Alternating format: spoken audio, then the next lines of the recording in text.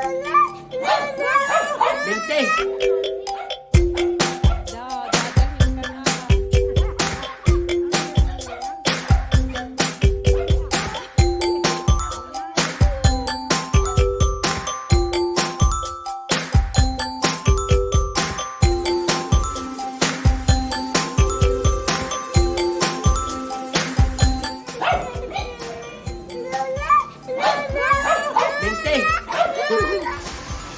I love you.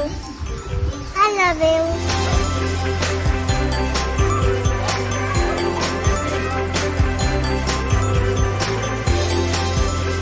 Kinuhanan siya ng height, tapos ng weight, kasi required daw siya sa mga bata dito sa community, 0 to 5 years old.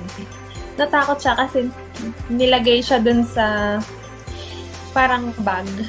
Tapos sinabit siya, kaya umiyak siya kasi akala niya siguro kukunin siya ng taga-barangay.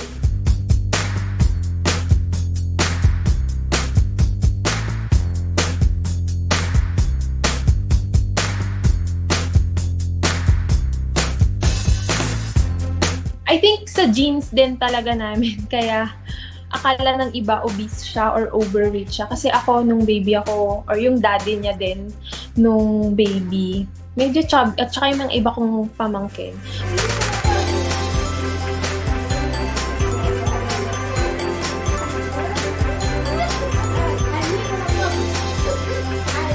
Ang favorite niyang gulay is ampalaya. Yung favorite niyang fruits is orange. Actually, hindi siya sakitin na bata kasi healthy foods yung inintroduce namin sa kanya.